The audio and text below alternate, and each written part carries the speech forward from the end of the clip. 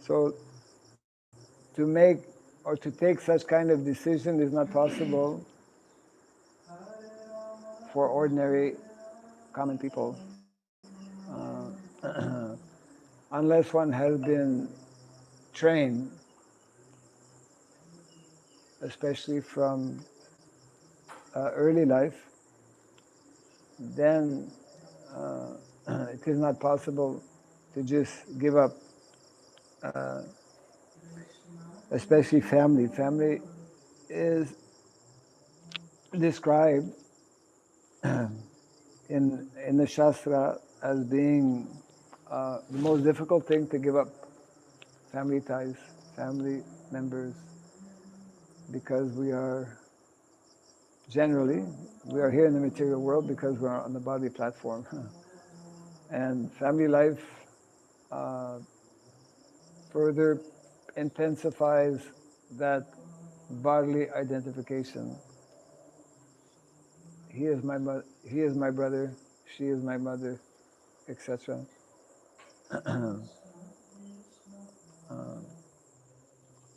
So this bodily identification, family identification, family attachment can only be given up when we completely, fully surrender to Krishna. We may still be in family life, but we are mentally detached from family life.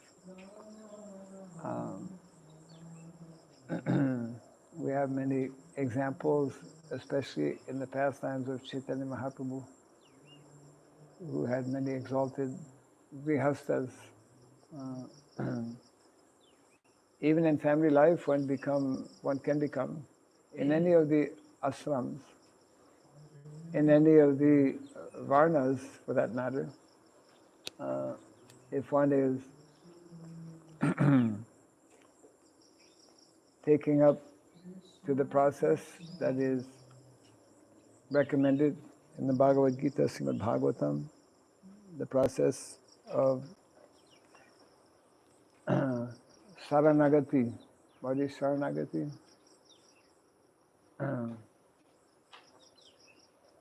Surrendering. The process of surrendering. Then, regardless of one's social status or social position, one will be able to to give up such kinds of material situations, material positions, material responsibilities. So this is being exemplified here by the brothers of the Pandavas.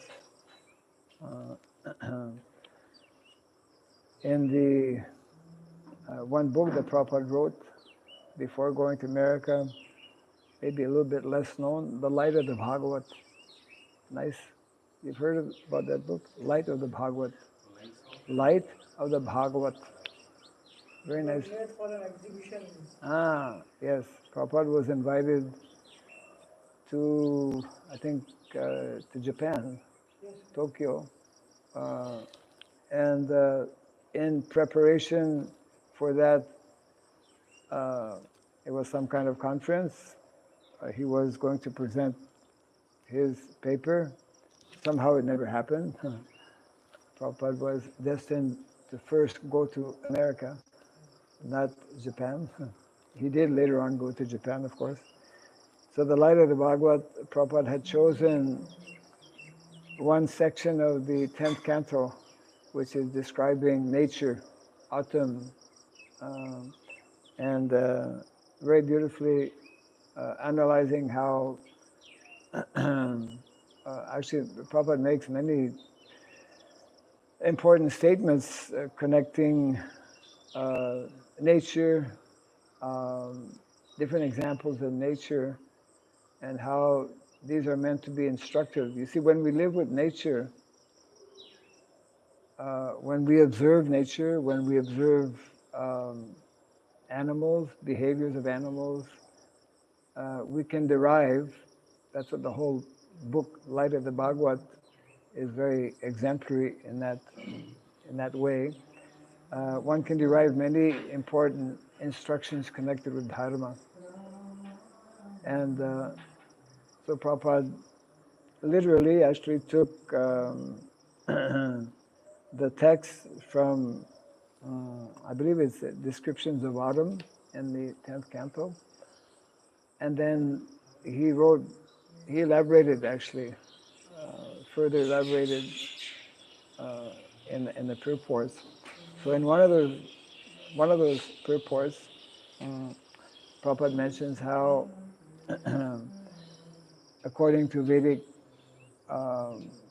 tradition, those who are in positions, leadership positions in society, like politicians, by the age of 50, not only one should give up family life, let's say vanaprastha, by the age of 50, but also that also means that leaders should give up their post by the age of 50, Prabhupada is telling,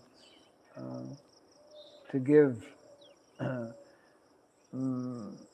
opportunity to those who are younger with more energy, more vitality to take up, if they have been trained properly by the age of 25, one can actually become a good leader within society.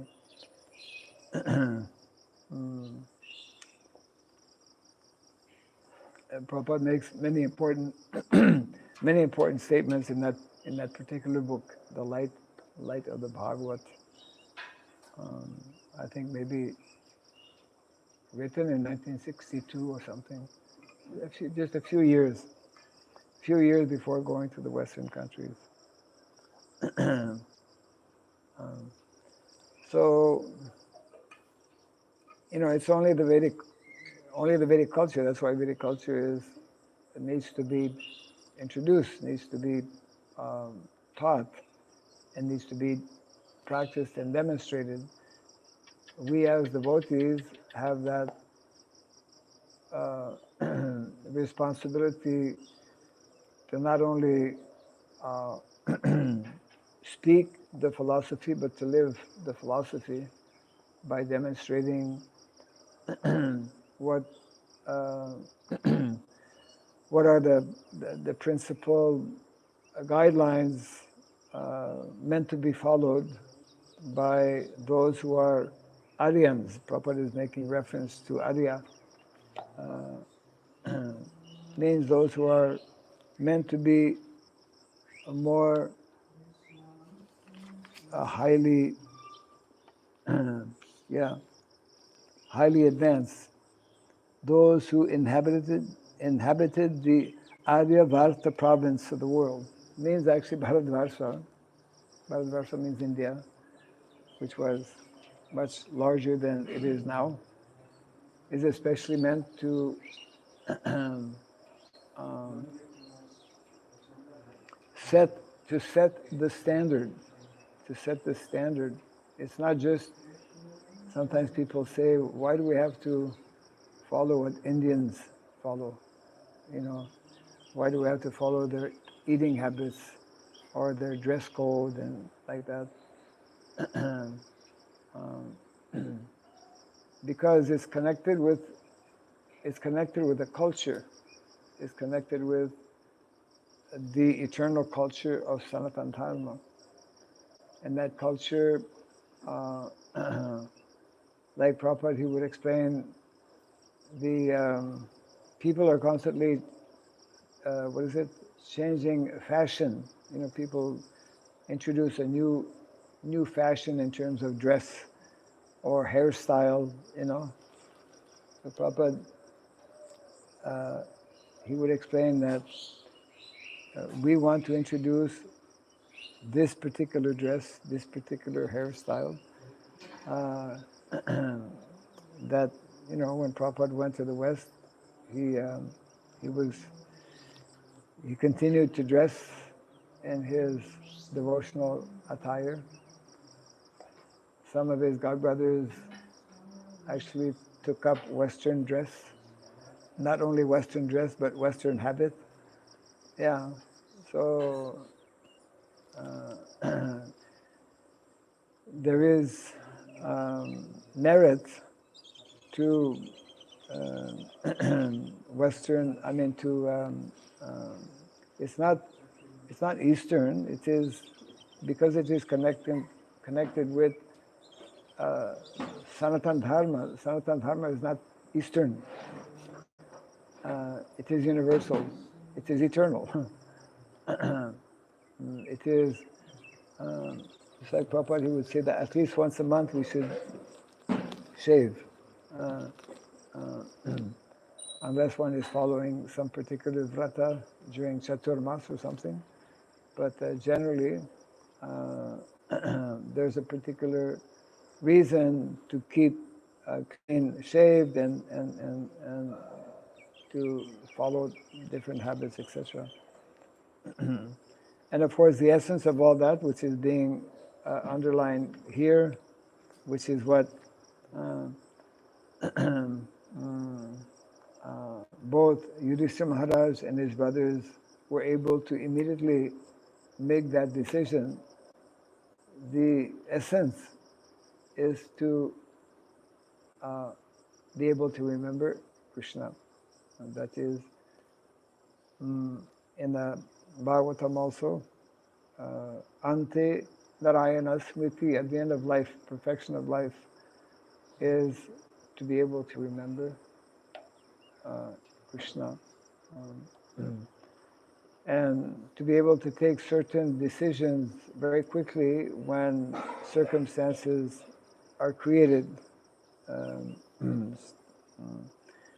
In this case, the situation was Krishna's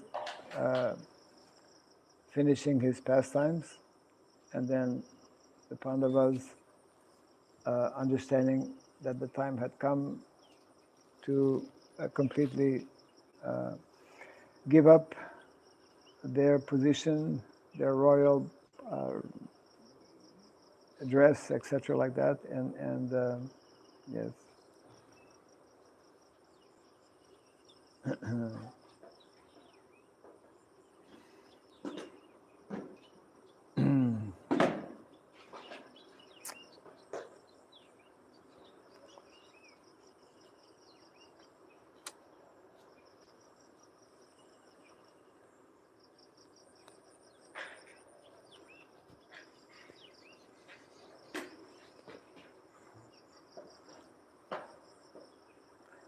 So Prabhupada is quoting Sridhar Swami, who is the foremost of the Vaishnava Acharyas, and mentioning how dharma, artha, kama, and moksha, or fruitive activities, philosophical speculations, and salvation, are not the ultimate goal of life. So here we should understand dharma in the context of materially motivated dharma. So most people practice dharma for some particular material benefit. But dharma, when properly understood, as explained in the very first canto, the param dharma, savai pumsam paro dharma, the param dharma is what is being referred to here, is to give up all things and surrender and engage in Krishna's service. Param dharma,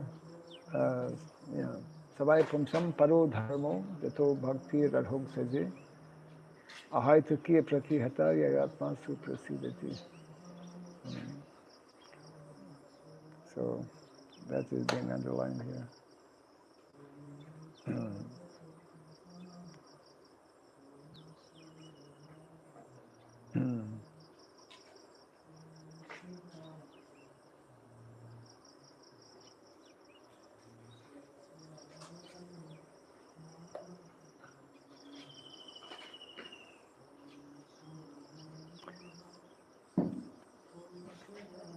Any comments on this?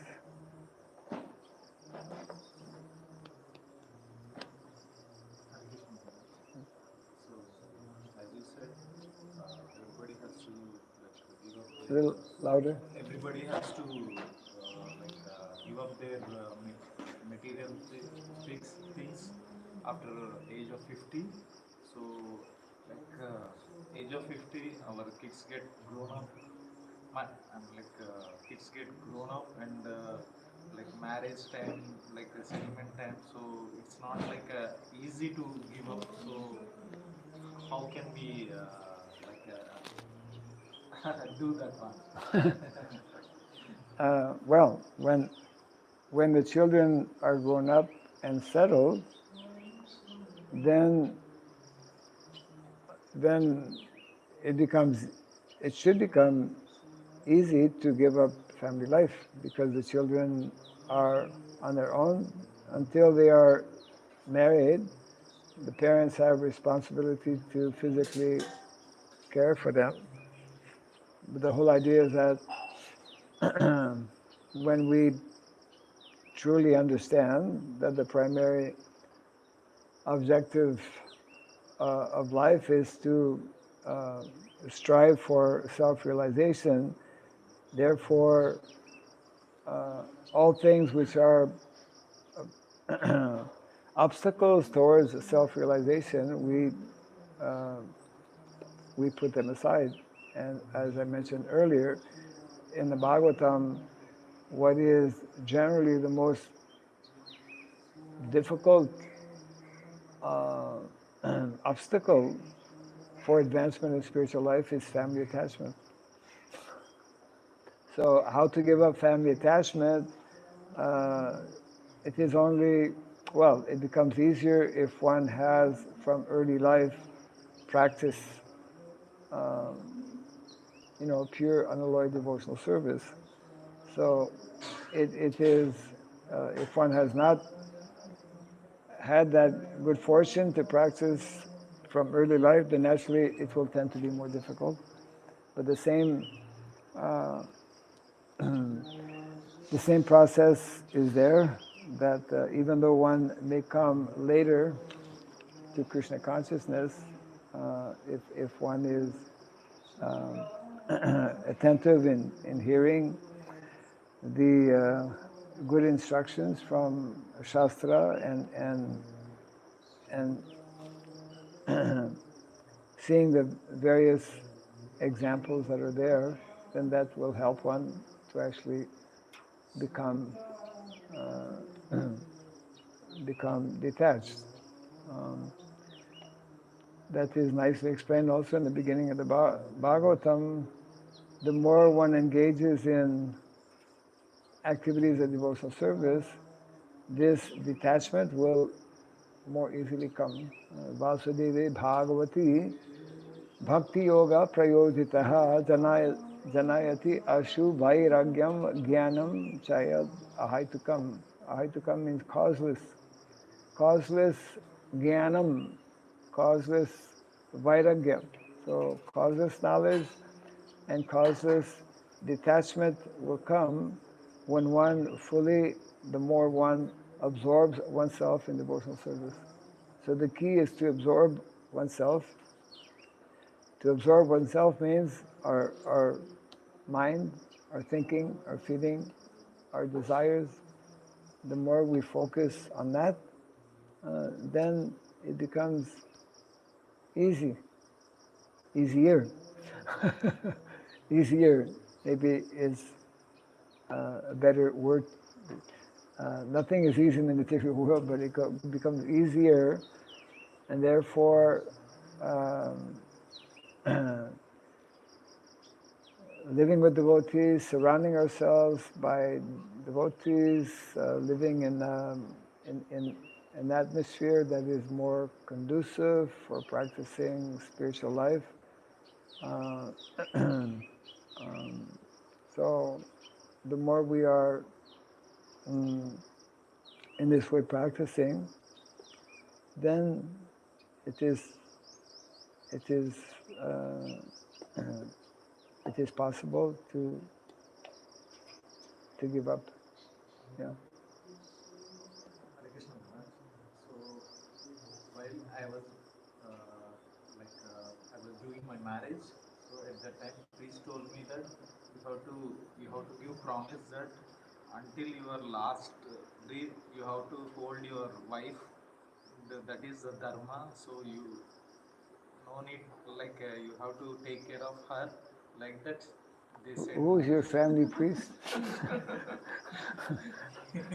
So Well, no, in Vaishnava tradition, uh, marriage, grihastha life is one of the ashrams, but it's not the last ashram. After grihastha life, grihastha ashram is the second ashram, isn't it? There are two other ashrams after, vanaprastha and sannyas. So the proper understanding in Vedic culture is that we are getting married. So this understanding and this training needs to be there for both the young man and the young woman. Both should know that yes, we're getting married, and but this is not an eternal arrangement. Marriage is there for a particular purpose, primarily actually to beget children who will be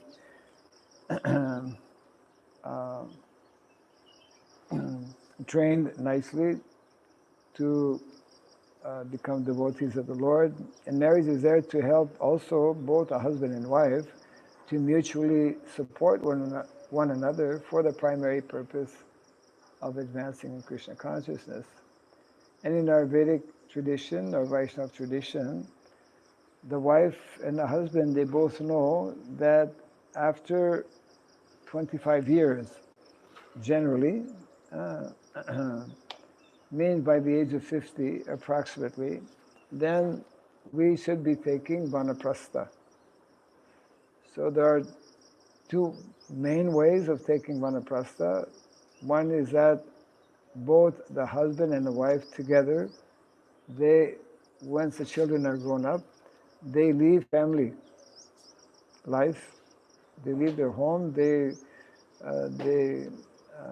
very often will go to some holy dham and engage in devotional service, associate with devotees, hear Krishna Katha, so that they can absorb themselves. Vanaprastha is like, again, like brahmachari. Brahmachari life is meant for training oneself to be engaged in Krishna service, to advance in devotional service. So after family life, we again take up and practicing tapasya, austerities, is the main feature in vanaprastha life. And then the other way of taking vanaprastha is that sometimes only the husband will leave the family and he will, the wife may remain at home and be taken care of by other children or other family relatives. Previously, it was joint family, so it was easier to give the needed support that was there. So if husband and wife together take vanaprastha, then they may remain in that way as vanaprastha, or after serving in the vanaprastha ashram for some time, then Bhagavatam also explains how with mutual consent, then the husband, if he takes sannyas, then he will make proper arrangement for his wife to again return with some of the family members so that she is taken care of, and he will take sannyas. Obviously, one cannot take sannyas with his wife. So, yeah. One can take vanaprastha with the wife, one cannot take sannyas with the wife, right? Uh, so that is, so in that sense, in other words, the promise that you make at the time of marriage is that yes, as a responsible husband, you are meant to make sure that the wife is properly maintained, properly cared for, if not directly by yourself, but by either children or some responsible family members. Yeah, that is explained in the pages of the Bhagavatam like that. Yeah. That's interesting how Bhakti Thakur retired step by step. So he was quite old, he was still working for the government, Yes. but he took 1.5 year like break, a long break, and he used that time to go to Mayapur, go to different places to give classes on Bhagavatam, on spiritual topics. So he was just engaging like a Vanaprastha, but an active Vanaprastha means, and he was not engaging himself anything about the family life, so he left it and he was checking if they are doing good or not. And then when he came back to the government service, then he just could, you know, correct whatever happened in the family life. So it was like a testing period before he ultimately retired fully. He already knew that if I'm not here engaged in the family life for 1 year, nothing bad happens. Right. This could be also one good Yeah. example. Every situation will probably vary somewhat. Yeah. The main idea, the main principle is to how to eventually come out, and it may vary from one individual to another because we all have, like Bhakti Thakur had 10 children, so that's a lot of family responsibility. And he had very important government responsibility as well. But he also asked to retire. So he was not, they wanted to keep him more in service, but he told, no, it's time to retire. And that's a big thing in India, you know, you have a very good service, you can support your family members. You have a lot of family members. Yeah. So he could say, okay, I have to support them. Maybe I don't need so much money, but they need. Or Yeah. I have to put them into different positions like that. Right. Officials often do that, but he didn't do that. At what age do you know he actually retired? Don't remember. Yeah. See, nowadays in different governments around the world, they have what they call retirement age. What is the retirement age in India? 58. 58. 58. 58. So that's Few states 58, few states 60, Maharaj. 50. Yeah. So that must be one of the earliest retirement age, I think. Like in Canada, 65, and they want to bring it up. They don't want people to, because they have a whole system that people who are like they call senior citizens, they have to support them. So government, okay, no, they can work a few more years, you know. But viticulture, yeah. So it's in keeping, we can say, with the viticulture that retirement age in India is a little lower. But I think I heard recently they want to bring it up. They want to increase the retirement age, not, yeah, because same thing also. But the standard in the Vedic culture is to retire, in many ways, to retire as early as possible. And so the age of 50 has been given as the norm, let's say, yeah. Yes. Here he says that Commissioner Saleb came to Krishnanagar and advised asked me to work a little longer. Oh, I gave him my thanks, but I had no desire to continue working. okay. And then on the 4th of October in 1894, I retired. Oh, So okay. you know the year. Now we have to know You're how right. old he was at that time. Okay.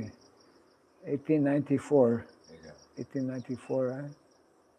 Prabhupada was born in And 1890. then he went to, and he started to develop this Suravikunj here from that time. From 1894. What's the birthday? Bhaktivinoda Thakur. Bhaktivinoda Thakur birthday. Then we can know exact.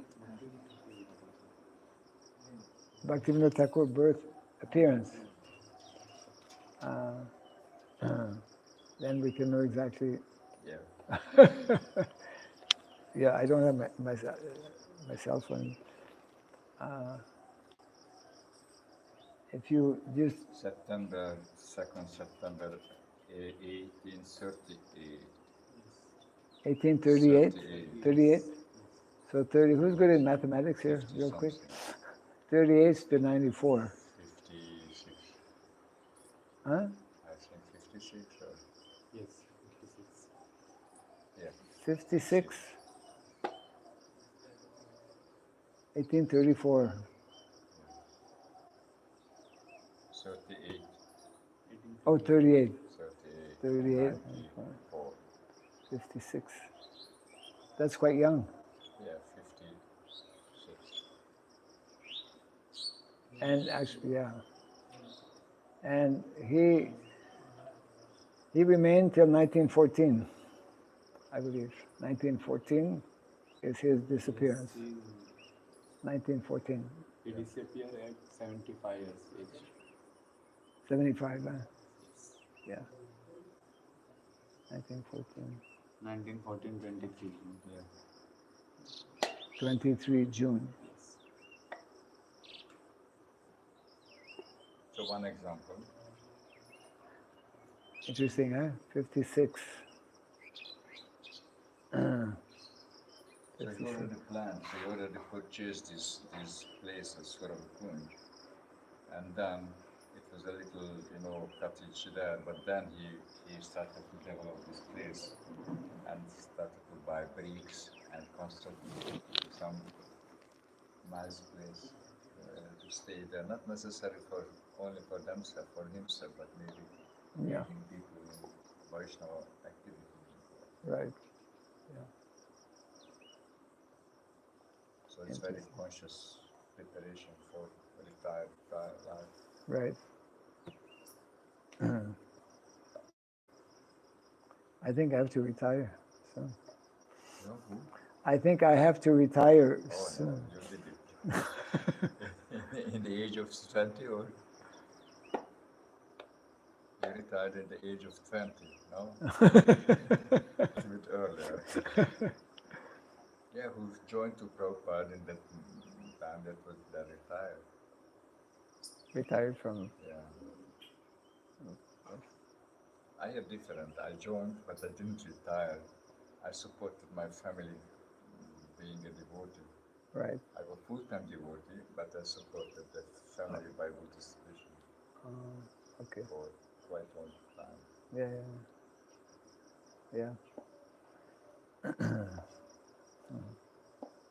Different story. I'm 68. And then you retired. I'm forced to retire Oh, which time? Each year. because my wife and my son both left Oh, the bodies in the month of April. Yes. So I'm forced to retire now. Krishna makes Krishna makes different arrangements for his different devotees. Yeah.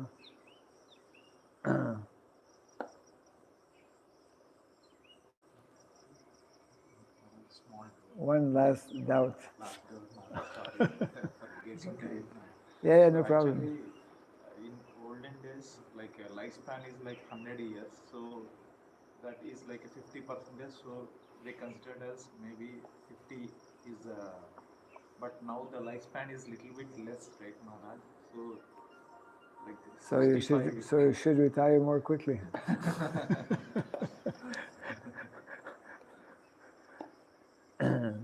if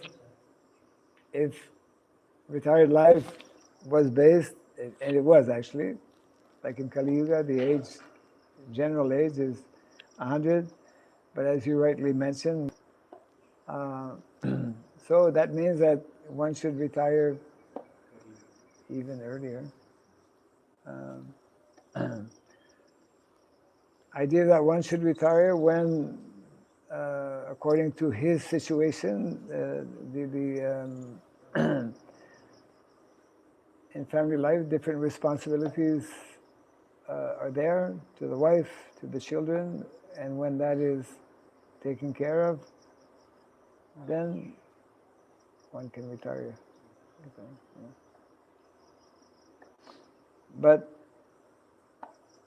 one can become, there's two kinds of detachment. There's like physically leaving, but then there's mentally leaving also. So it's like one can still be physically within family life, but also fully detached from family life. Means one is responsible, but he is not attached. Because very often people, they will physically detach themselves from family life, but they will remain attached. And some are physically within family life, but are detached. So it's a question of consciousness. Yeah. Learning to become detached, especially in terms of consciousness. Yeah. Vairagya. Okay. Jai Grantaraj Srimad Bhagavatam ki. Jai Srila Prabhupada ki. Jai Srila Bhaktivinoda Thakur ki. Yes. Bhakti Raghava Swami Maharaj. 56.